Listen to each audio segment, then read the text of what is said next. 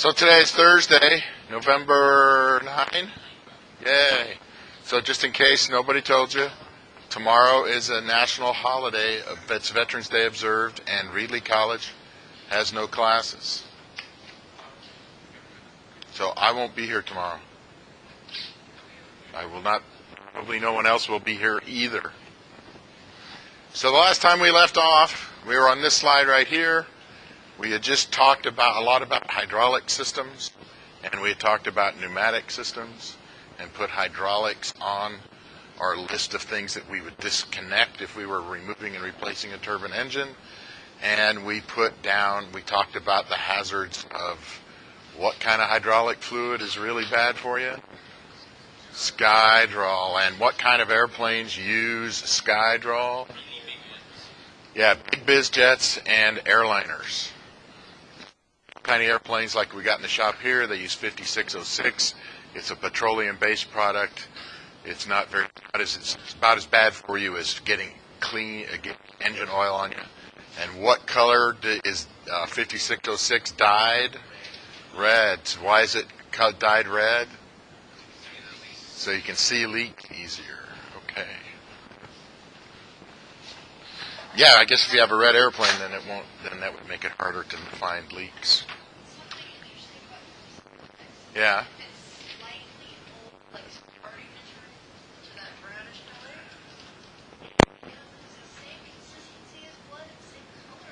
Oh wow! So 5606, it kind of dries out and gets gooey. I don't mean that because, like, even brand new, it's sticky. Yeah, but I've seen 5606 when it starts drying out and it gets gooey. Not that hard. So what you're saying is you recommend using 5606 as a makeup application to look like you're bleeding. I'm not going to say don't do that, but my concern is long-lasting exposure of petroleum products on humans is generally negative. It has negative possibilities. I think human blood works out pretty well as long as you're using your own. If you're using someone else's blood, then there are blood-borne pathogens, blood transmission of diseases. But that's a whole other topic. Please see me at break, and I'll send you to some websites if you have concerns about blood-borne pathogens that you're getting from other people's. Oh, never mind. All right, so we're still in the middle of looking at steps for taking out a turbine engine. Of course, this list here is talking specifically about quick engine changes and about the main engine, but we're kind of mushing the APU stuff together with the main engine stuff. So, according to this slide, after the engine gets disconnected, you're going to position the engine dolly underneath it, attach the dolly and raise the dolly until all the weight is relieved from the wing, connect hoist, operate hoist simultaneously. So this is a really good place for things to go wrong. Now, we talked about this a bit with APUs, and that's on our hazard. If you don't connect the APU to the hoist correctly, and then you disconnect the APU from the aircraft and the APU falls on you, you'll be unhappy. The main engines are usually bigger and heavier than the APU, so if they fall on you, you will be even more unhappy. So I'm not going to say write down any of these extra steps because we already have that hazard in there about things dropping on you. Let's see. Here we go. Let's see. Get things in place. Attach. Remove the engine mount bolts, bushing this and walk. Start lowering. Constantly observing engine clearance to prevent damage. We already have that on our list of hazards. Is when we're moving the engine out of that APU out, or on our generic list, moving the turbine engine out, we want to make sure that we aren't damaging any of the structure or any of the parts that are still remaining in the aircraft. So there's nothing new on this slide. All right, let's see. Hoists, if you use hoist, detach them, roll them. We already talked about damage, but oh, look, here's a good one. Capping and plugging lines, hoses, and outlets. So we're going to add that to a list of hazards. Let's see. our list of hazards because we don't want anything bad to happen, get any contamination. So let's see if I can think of a good way to put this. What's a hazard? So let's see.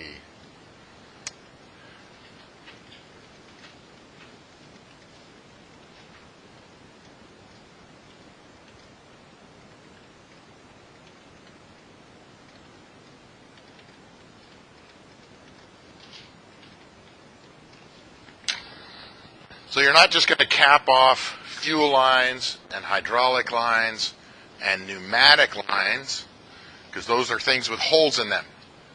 And bugs can fly in, dirt, dust can get blown in.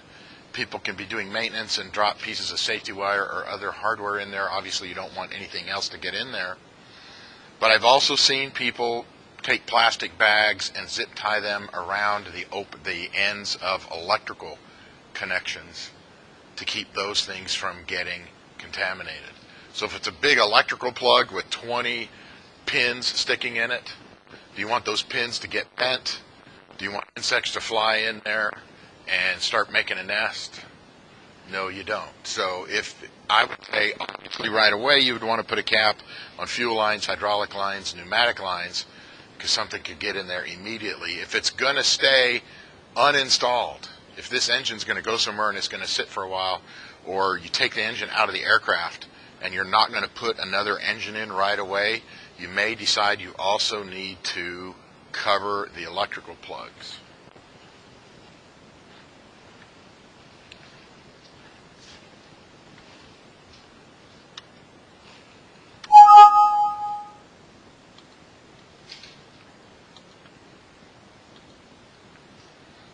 Ta-da! Okay.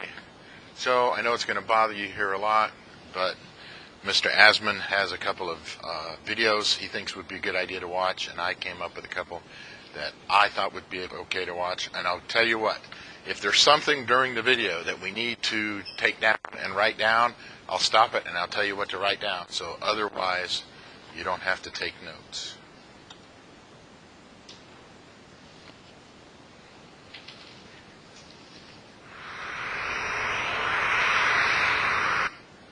So if I recall correctly, this is Timelapse. Like one. Look, that's snow. Yeah, SAS, that's Switzerland. Oh, sorry, Norway. We're doing this in Norway.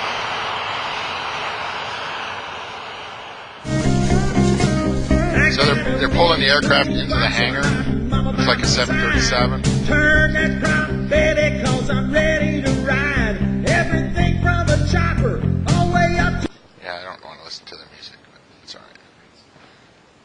right. I'm not arguing that it's a great sound. So how many people do you think are working on this? Is it like 4 or 5? Okay, see, look, in this installation, the intake off, did not leave it on the engine. Take a peek and see what they do with the exhaust. You notice there, did you catch that part?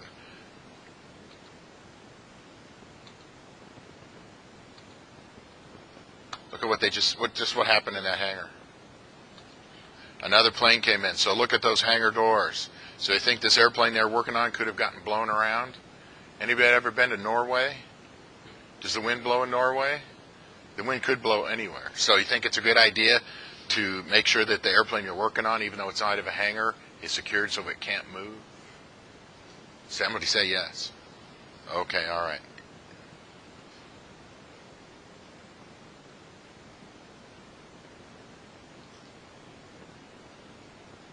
So it'll be interesting to see if they roll a hoist under it. Okay, they rolled a hoist under it. Oh, wait. I don't know. It's kind of hard to tell. See, I'm not familiar with 737 engine changes. Here. But you notice there's an arm right here, and that's got a chain, and I thought there was one over on this side. Maybe they've disconnected it. Maybe they've already got it down. I think there was 4 of these, 2 in the back of the engine and 2 in the front. Oh, I didn't catch it. Well, it looks like they brought in. Did they take the engine out? Here, I'm gonna. They took it out. They left the exhaust on. That was what I was curious about. They left the exhaust on the engine.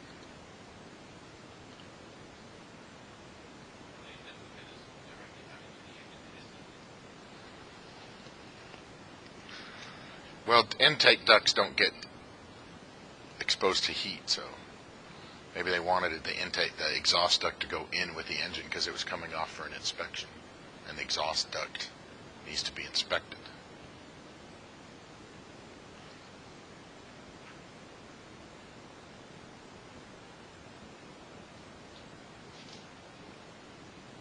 So I'm seeing 4 people regularly.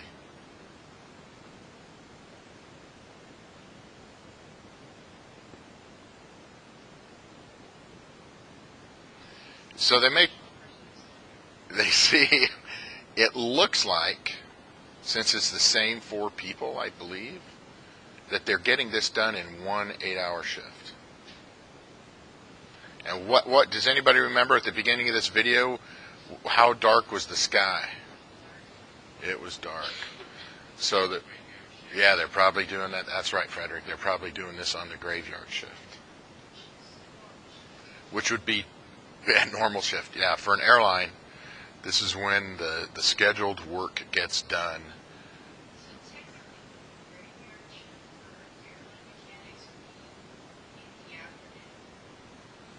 I believe it's still called graveyard shift because that's when it's traditionally been called.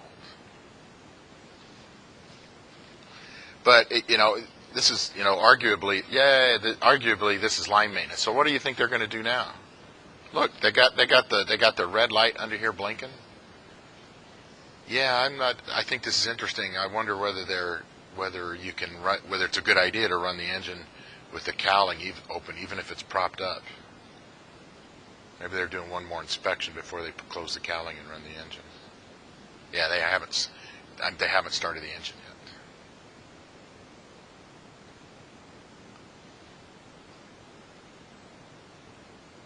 Well, we didn't really get a good shot of there. Maybe they had what? Sound. Yeah, I'm sure they had sound. No, but I think that was one 8-hour shift at the most. So remember, the whole point of having a QECA, a quick engine change assembly, is so all you have to do is disconnect things, yank it off, put it up, connect everything, and the aircraft is out of service. And there is somebody somewhere, I mean, that's a good question about how long do you think this took. There's somebody somewhere that figured out at Boeing, how can we design this quick engine change knowing that the majority of our customers flying 737s, their last flight's going to be over at 10 o'clock at night and their first flight's going to be going at 6 a.m. or something like that. How do we design this so you have the space, in this case for 4 people to work on it simultaneously and do the entire job across that 8 hours that the airplane's not flying? A little bit of give because nothing goes the way you plan.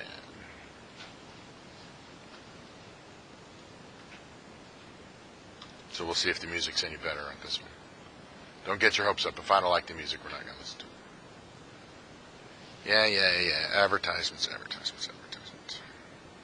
And it weighs approximately 5,300, 20,000 pounds of thrust, and it weighs approximately 5,390 pounds. Engine weighs 5,300 pounds. So this is another 737.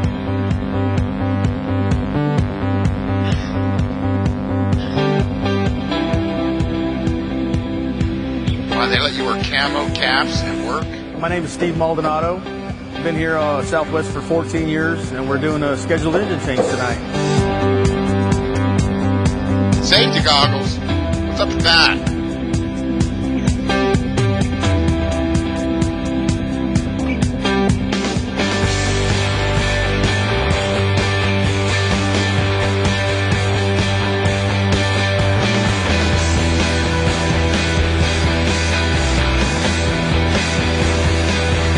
Basic what they're doing right now is they're taking the cowls off the motor. We have a guy in the hot section disconnecting all the stuff in the back on the core. We have a guy on the right side up front, guy on the left side up front. They're disconnecting all their stuff that they have to do up front. And after that, we just pretty much put the stand under it and drop the motor.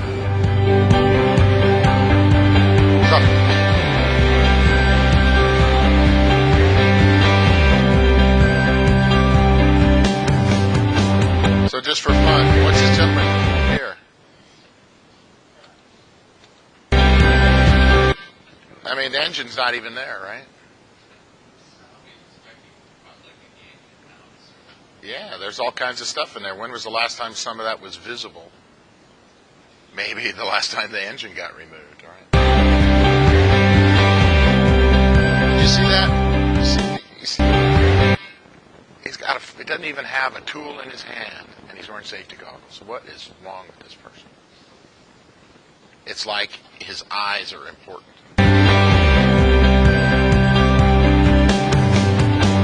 Oh, just so you know, United Airlines won't hire you if you have, as a mechanic, if you don't have vision in both eyes. I'm not making this up. I was looking online, and in order to get hired by United Airlines, you have to have a physical exam, and they do it because you're not as safe working around airplanes if you only have the vision. It doesn't make sense. Now, whether they keep you after you got there and you lost one eye, that's an interesting question. But they won't hire you if you only have one eye because they think you're a safety hazard. Well, once you get on at United Airlines, you're a member of the union, so it would be harder to fire you.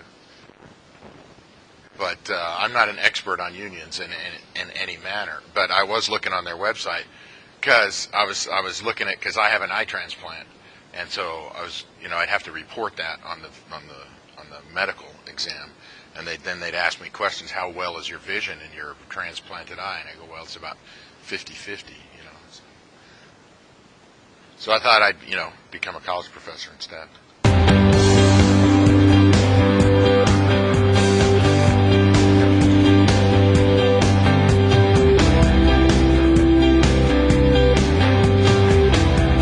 Anti-seize.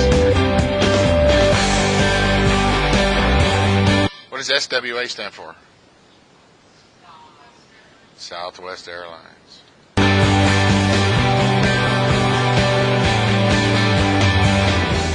And we're going. So what it looks like is they had mounted this hoist up here, that this is not normally on the aircraft. They mounted these bars, and I think based on the previous video, there was 2 in the back. So it looks like they're actually not using a separate hoist.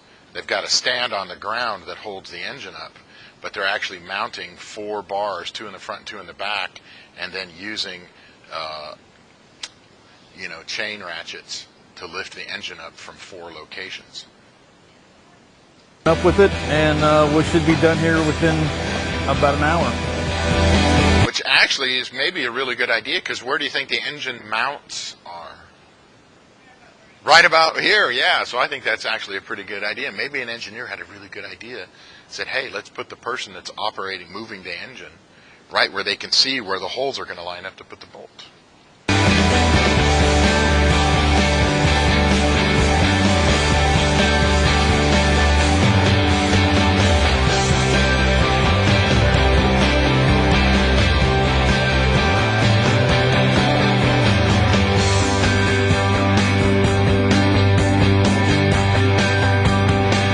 They do have better music than the last one.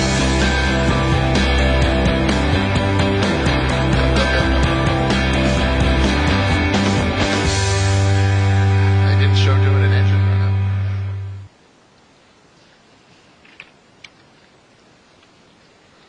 Anybody tired of watching YouTube videos? Oh, okay. So here's a Boeing 777.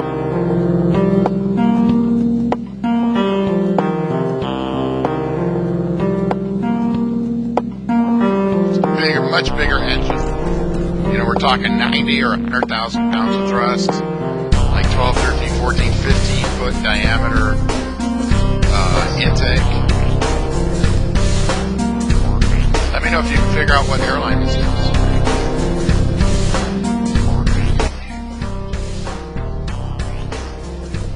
Did you see anything that said American? Have you seen anything that says American? Oh, okay, I didn't catch the paint.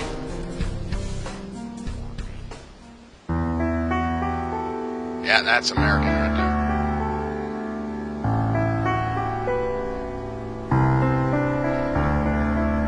Let's see if we can figure out how many people are working on this engine. I'm guessing 4 or 5. Of course, this engine's a lot farther up off the ground, so you can't just stand there and work on the side of the engine. You got to get those lifts.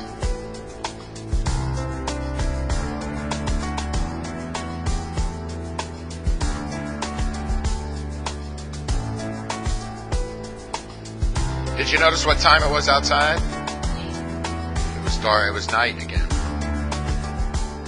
That's a fun fact. At idle, it produces 3,000 pounds of thrust. That's more than my car weighs.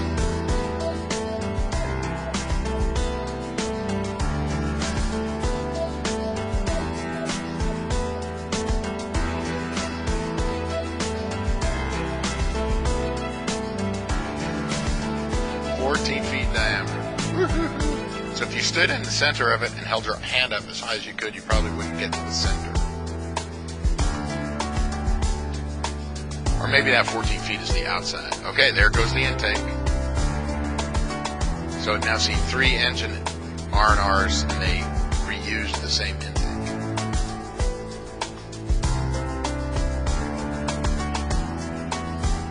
Technically, the intake is part of the airframe. Yes, it's made by the airframe manufacturer, and very oftentimes it's so exhaust made by the airframe manufacturer. 15,000 pounds, that is also more than my car weighs.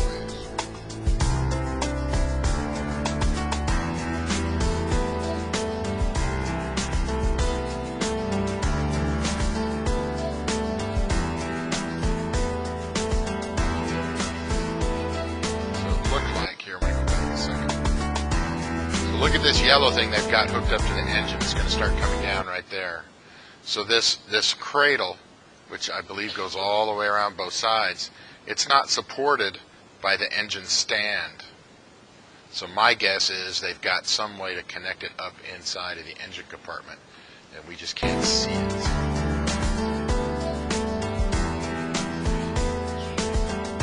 Okay, good. You saw the chain.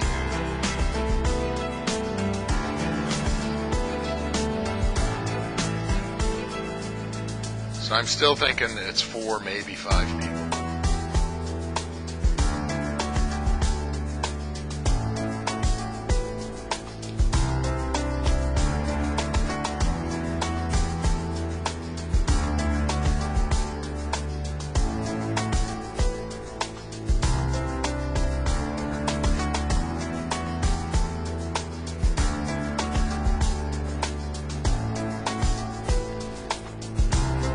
How far, 7,700 nautical miles, can you go from LA to Tokyo?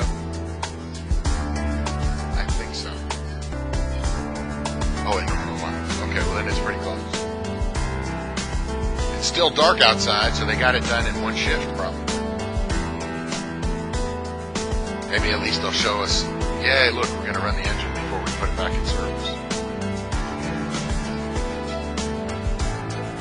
You can see a little whirlpool that's sucking up water off of the ground down there.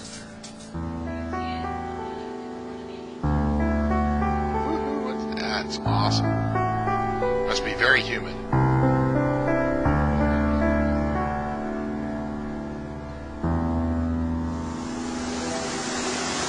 There we go, 6 out.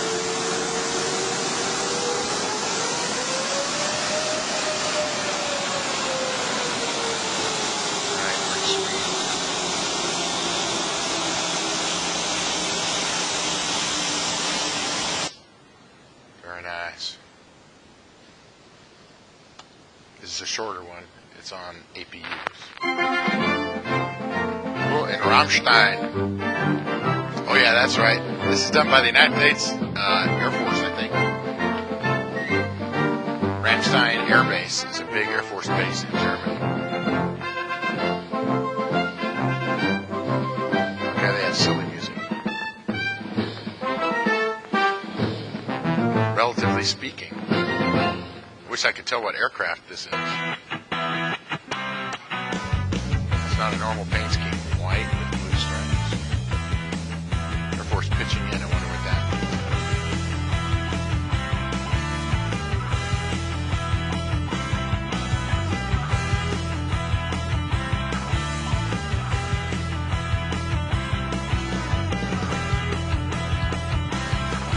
Oh, fish poles.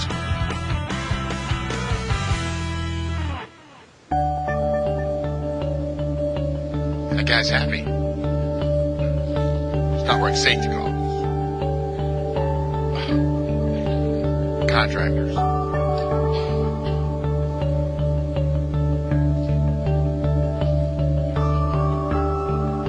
Safety. I don't think there's such thing as safety goggles.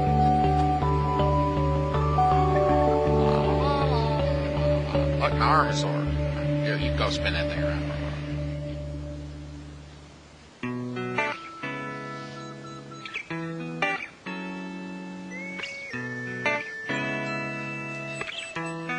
Don't drop it on you. It's always fun until something falls in your eye.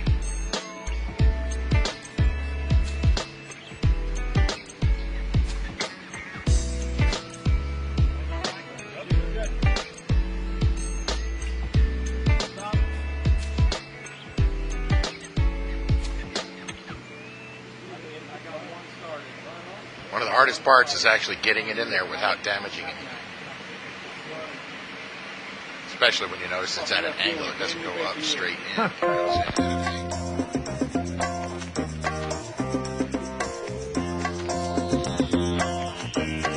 standing on one foot.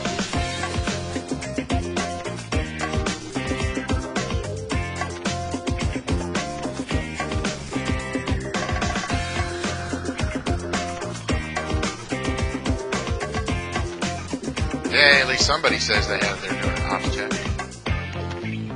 Look, what time is it? It was still at night. All right. It did look like that. All right, so there we are, back to the regular slides. All right, so you're going to have to put it in. Dun, dun, dun, dun, dun. What? Undo what you did? Yeah, I hate it when it says, oh, just do everything in reverse order. Because there's usually a step or two or three in there. So, let's see.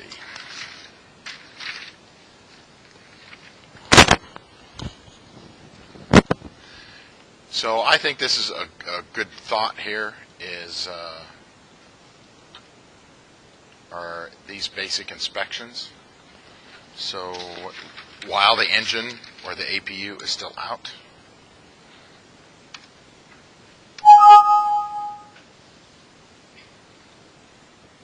so we're going to go to our lists.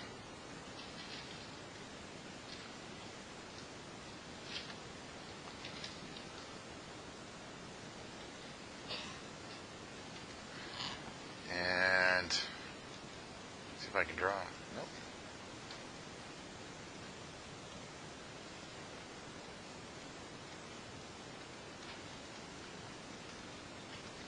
Inspect while engine is removed.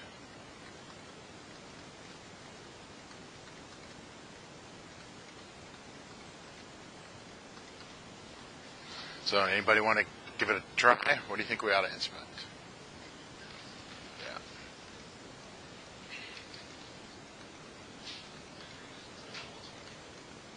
Yeah, I like that. Structure. And I'm going to type in here airframe structure.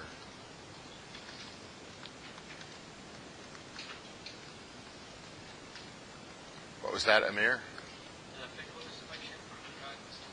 Yeah, that's exactly what we're talking about here. Is you're going to do a visual. Almost all of this, if not all of it, is going to be visual inspection. You're going to look at the mounts, see if there's anything damaged, including cracks. You're going to look at all the airframe structure. You know, you're going to get out a really strong flashlight and look at as much as humanly possible. I made a list here.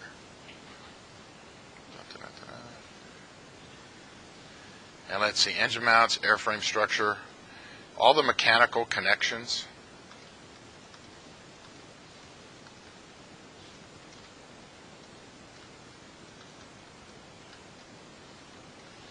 And also all of the electrical connections.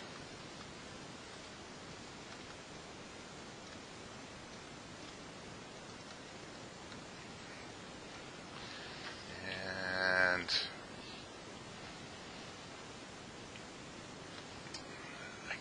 depends on whether I want to call it a separate one or not.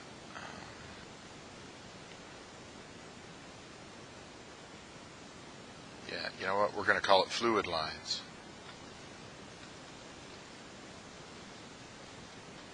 So fluid lines could consist of, like we talked about before, hydraulics, fuel, and we're going to say that pneumatic ducting, even though it's air and we usually say a fluid, is something that flows like water.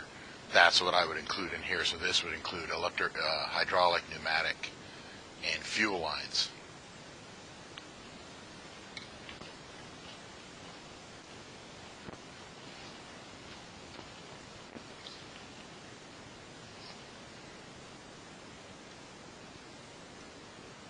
And I think that's enough for this list.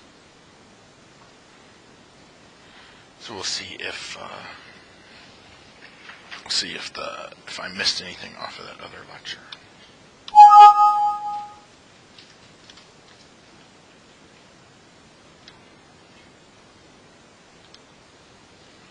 Let's see. So let's see.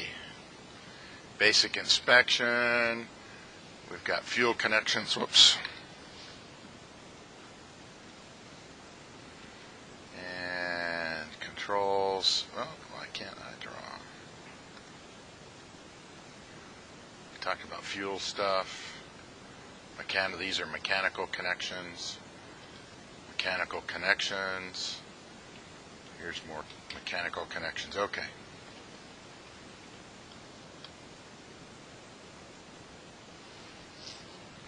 Now, actually, now that I look at it, this is talking about after we've put it back together.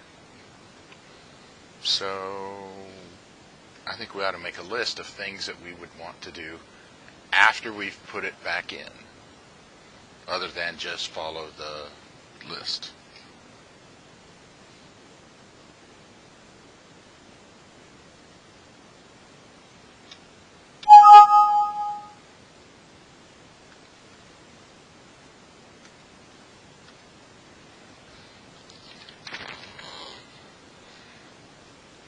So let's call this after installation.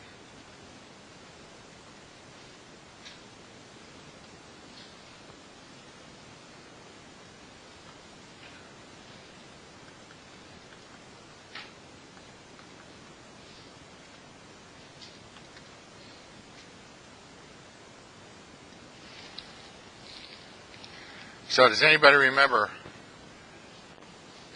I know this is like Monday, Tuesday, Wednesday, Thursday, so it was like 3.5, almost 4 days ago.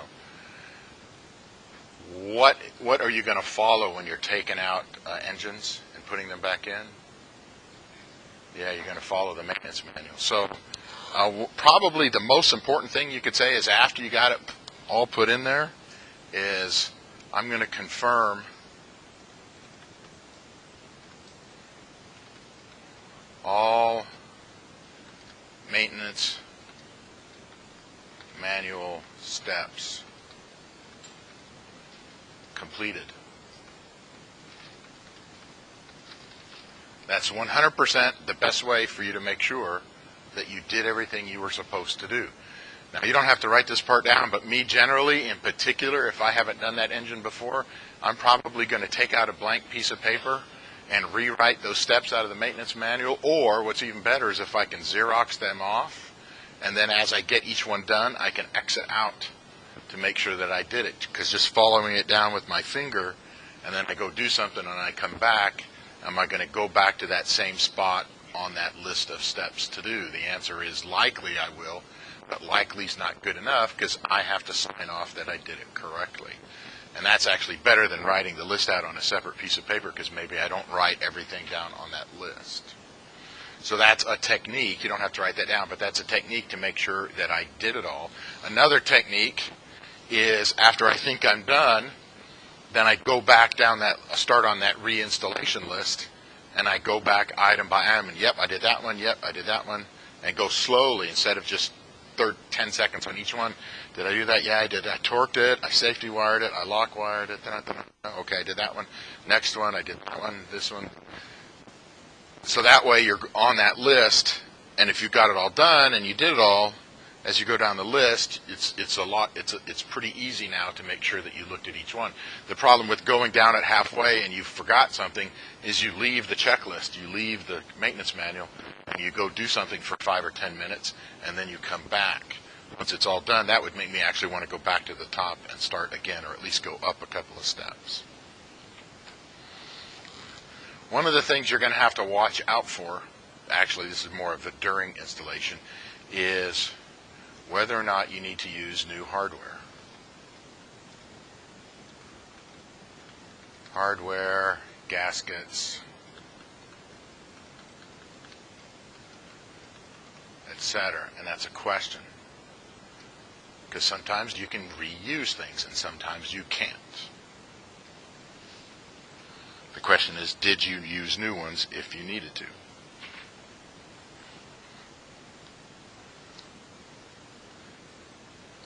And after you put it all together, you're going to have to rig the controls. So, does anybody in the first semester here know what the word rig means? That means like on a slot machine, you rig it so when you pull the handle, you win all the time. Has anybody ever done that? I'm the only one. Okay, all right, very good. Well, that was in another state. And it's actually in another country, so that we don't have an extradition treaty. So we can't. Does anybody describe what the word rig means? I know if you've been here a semester or 2 or 3, you already know.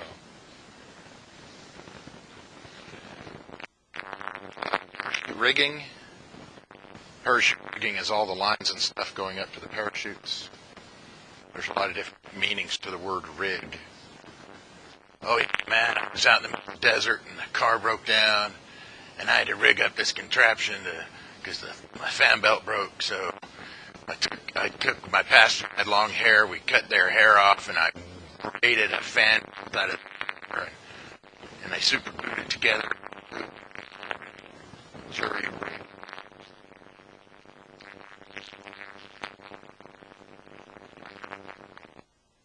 Shoelace, all right. So you rigged something up. Okay. Since no one's willing to raise a hand, beaterizing? Okay. Bealerizing. Oh, okay. So rigging something means that you're adjusting it. Rigging means that you're adjusting it. So maybe I need to put that on. Yeah.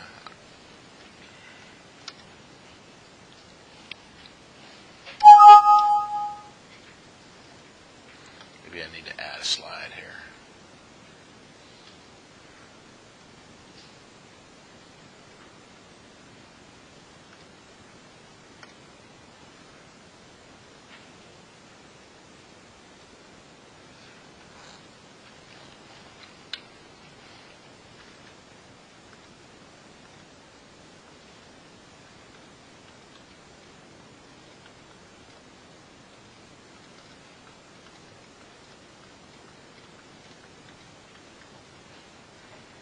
So when I use the term rigging, if you're going to rig the controls to the engine, that means after you put the engine in, make sure in the cockpit where the pilots hang out and fly with the airplane with the autopilot on and they eat their ham sandwiches,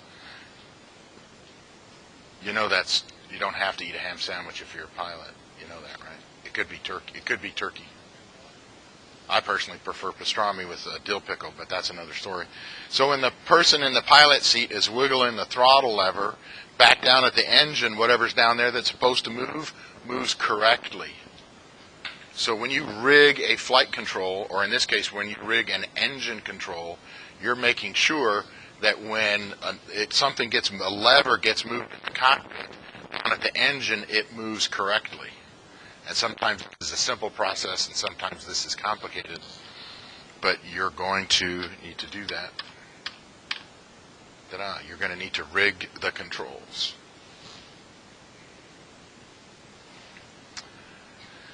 Whoops.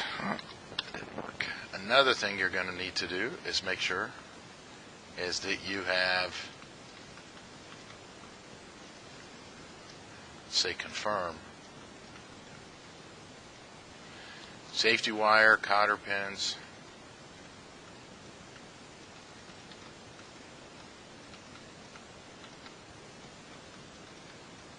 And any other locking mechanism. And hopefully you're doing this as you get something done. A great technique is when you torque something, that's when you put the torque seal on it. When you torque it, that's when you put the cotter pin on it. When you torque it, that's when you put the safety wire on it.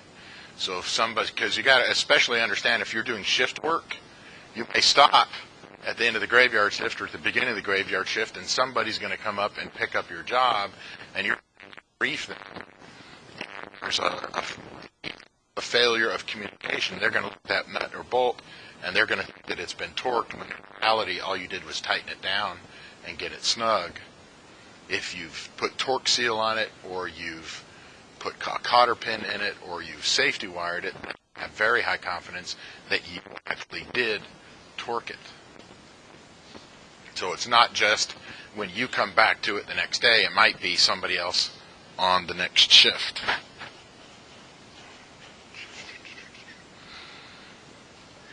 And leak checks. So you could be leak checking for fuel. You could be leak checking for hydraulics. You know what? We're just going to call that one. We're going to call it leak checks. Leak checks. Because we did that before. So again, we're looking for leak checks for anything that might leak, such as pneumatic air, hydraulics, fuel, engine oil. Very good. Excellent. Yeah, engine oil. Maybe somebody sold us a lousy engine, or we hooked. I'm trying to think what oil, engine oil, would be leaving the engine compartment. Maybe none. But that doesn't mean that you aren't going to be looking for engine oil leaks after you put it on, after you put the engine on. I like that. And let's see. You're also going to be doing an operational check.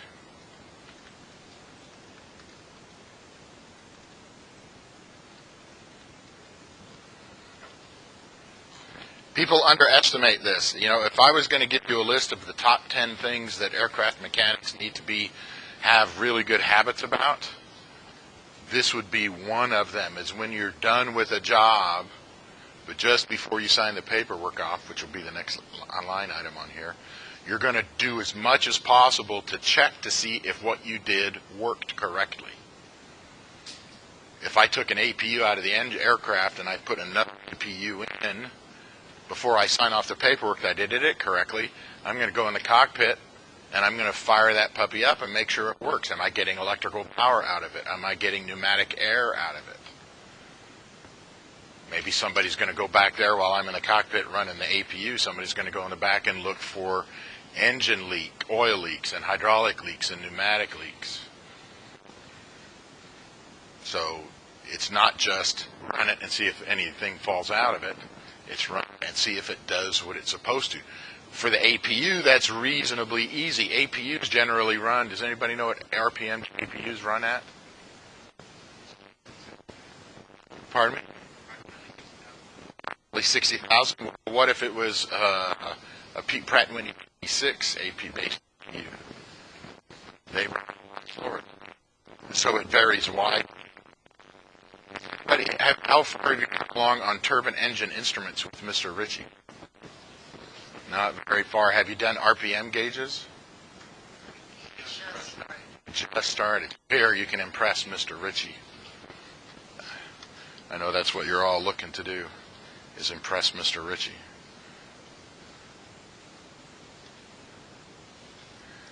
And you know what? I'm just going to go do another slide.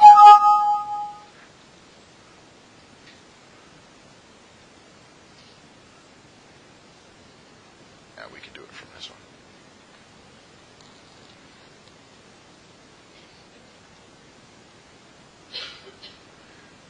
So that one's all by itself.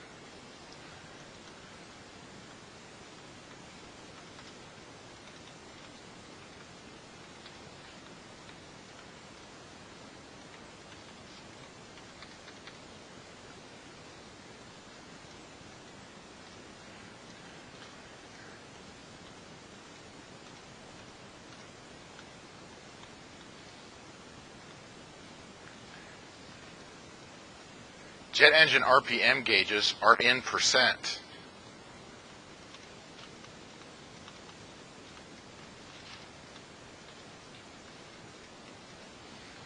Really, it's effectively in percent of redline.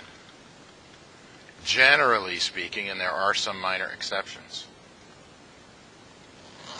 is that if you put the red line here at 100%, then all the other numbers are just percentages of that RPM. So unlike the reciprocating engine that says 500 RPM or 2800 RPM or 1500 RPM, if you're looking at a jet engine gauge, whether it's for an APU or it's for the main engine that propels the aircraft, the RPM gauges don't list how many actual revolutions per minute, as in 60,000 or 10,000 or 20,000. They read in percents. And generally what they did was, when the engine was being built and they built prototypes at the factory, they said, okay, we think that 13,722 is going to be the red line. So then they build their instrument systems. That is at 13,722. Now, most of the time, that stays the same. But what do you think is going to happen to the engine? Let's just say it's a Pratt & Whitney PT6. That's that turboprop out there in the lab with that blue place to sit and eat your sandwich while the engine is running. Has anybody ever had a ham sandwich? How about a turkey sandwich? How about a peanut butter and jelly sandwich? All of the above simultaneously? You just... Okay, so you can have like a triple decker, or you can just have 3 sandwiches laid out in front of you and take one bite sequentially. I don't know, there's a lot of ways to eat sandwiches. See me after class if you want some techniques on how to eat 3 or more sandwiches simultaneously. Don't ask me about sandwiches. I'm very good at sandwiches. I know about sandwiches. So thanks, I saw a chuckle over there. So let's say this Pratt & Whitney PT6 that comes out of the factory and the red line RPM is 13,722. But then 10 years later, Pratt & Whitney wants to sell the exact same engine 10 years later. What does Pratt & Whitney want to, what do engine manufacturers generally do across the years? They want to sell more of them, and one way to sell more is a model that does what? It's either more efficient or more horsepower or more thrust. So the engineers back at the factory, okay, we got this great engine. What can we do to make it put out more horsepower or be more efficient? And both of those generally can change the design of the blades. You can also let the engine... Say that again? You mean do it? You mean sell them cheaper? No. When you say... fuel. So the engine is more economic and save fuel. Yes, very good. So one way to do that is to change the shapes of the blades or change the metal in the blades so they can handle higher temperatures.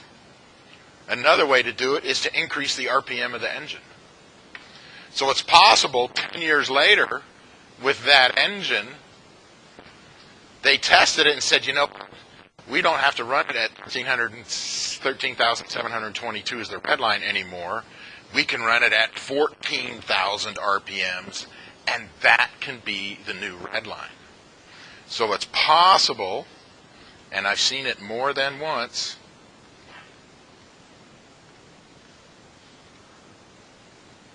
where the old red line used to be at 100%, and on a later model, they put the red line up here, and they put the red line at 102%. But they've already got all the RPM gauges and all the wiring and the RPM transmitter that's bolted to the engine. They don't want to redesign and recalibrate all that stuff. So all they do is change the inside of the dial and put the red line, instead of at 100, they put it at 102. So the reason I'm bringing this up is, just because you look at a jet engine, you can't say the red line is always at 100%. It could be a little bit off. But still, every jet engine, the RPMs are always based on percentages. So I think that's enough for one day.